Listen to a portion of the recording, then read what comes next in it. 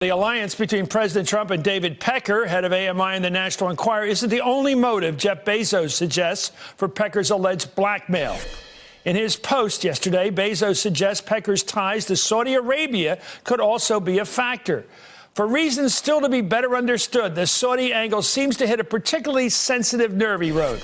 According to the New York Times, Pecker brought one of Saudi Crown Prince's Mohammed bin Salman's advisors to an Oval Office meeting with President Trump last year, all while Pecker, quote, was considering expanding his media and events business into Saudi Arabia. Well, last year, Pecker also published a 97-page propaganda spread devoted to praising Saudi Arabia and Prince Mohammed bin Salman. Remember, by the way, this is the same crown prince that our own CIA concluded ordered the butchering of Washington Post reporter Jamal Khashoggi last year. The United Nations, by the way, came to that same conclusion in its report just yesterday, that he's guilty. The crown prince did it. The White House remains the lone defender of the crown prince after refusing to meet today's deadline set by Congress to determine if the Saudis were responsible for Khashoggi's murder and butchering.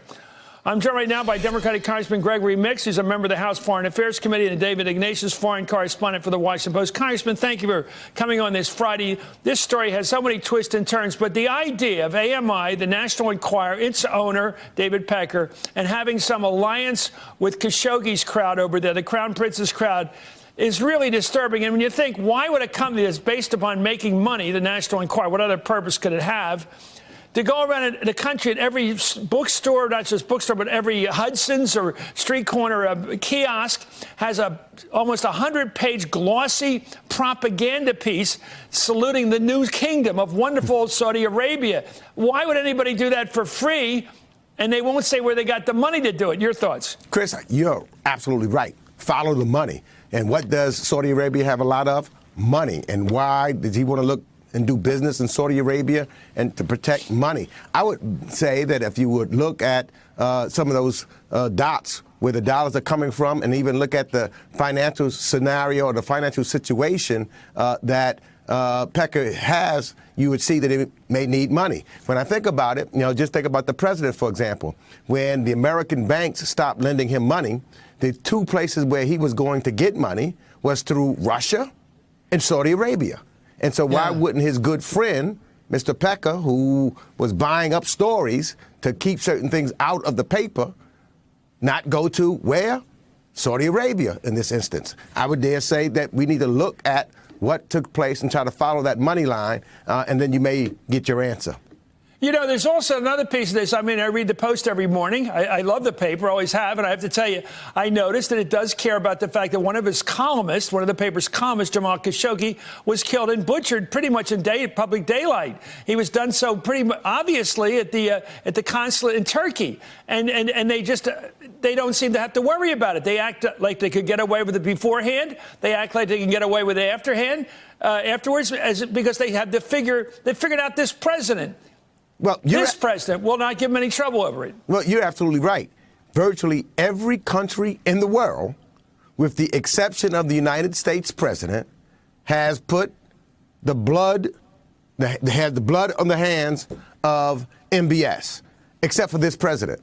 The UN has. Every country has. And so there's a big question mark as to why this president does not come out solidly with the rest of the world, because all of our intelligence agencies also puts the gun or the knife in the hands of MBS. Only one person that doesn't, the President of the United States.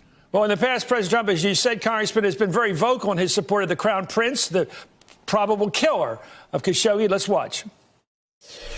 I spoke with the Crown Prince yesterday, and he strongly said that he had nothing to do with this. This was at a lower level. The CIA has looked at it. They've studied it a lot. They have nothing definitive. And the fact is, maybe he did, maybe he didn't. Whether he did or whether he didn't, he denies it vehemently. We have an ally that said they did not commit at the top level, the Crown Prince, the King. They did not commit this atrocity. We are with Saudi Arabia. We're staying with Saudi Arabia. David Ignatius, you could go into any prison in the United States and find people and ask them whether they committed the crime to put them in there, and they will tell you they didn't do it. But no reporter is going to come out and say, I just talked to the criminal, and he said he didn't do it.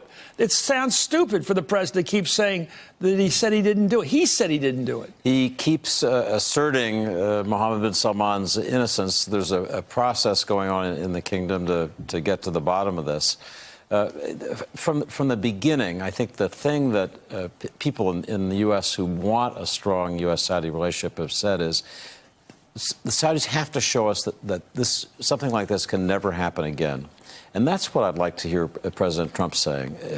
We want to be clear that Mohammed bin Salman has changed systems, is taking responsibility for what he's done, that there's accountability, and that hasn't happened. Well, that wouldn't work for me, but I don't think it would work for your paper. I mean, the idea of I won't kill anybody again. You can't kill this guy again. But let me ask you about this.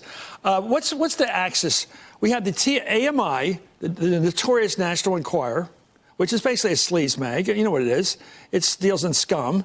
And you have the Saudi Arabian government, and you have President Trump. What ties them all together? So one thing that ties them together is Saudi Arabia, as you suggest.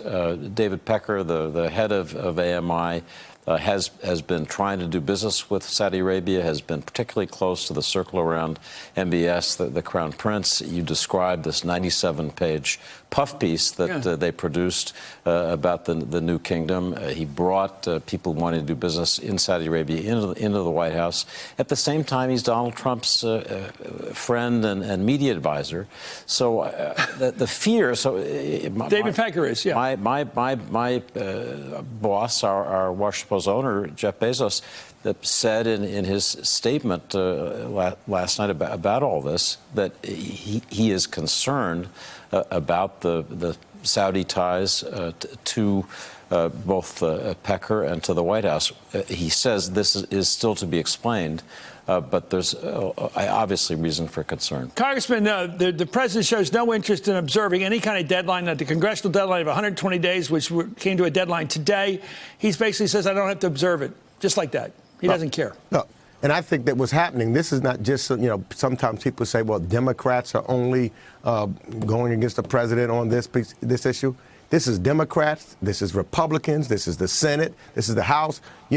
We are all concerned about what has taken place, and we've all listened to what our intelligence have come up with. In fact, on the House Foreign Affairs Committee, we're going to do a hearing soon, bringing our intelligence agencies in so that we can get some of the information that they have on the record and get it out so that the American people can clearly see what did in fact take place with the killing of the Washington Post reporter. So, look, this president, to me, in his State of the Union speech, he rightfully talked about Nicolas Maduro from Venezuela and some of the things that he's done there. Well, he should have also talked about MBS and what has been taking place there, and the guy that he's going to have a summit with, Kim Jong-un, who is another guy who's killed a lot of folks and oppresses his people. He should have talked about all of them.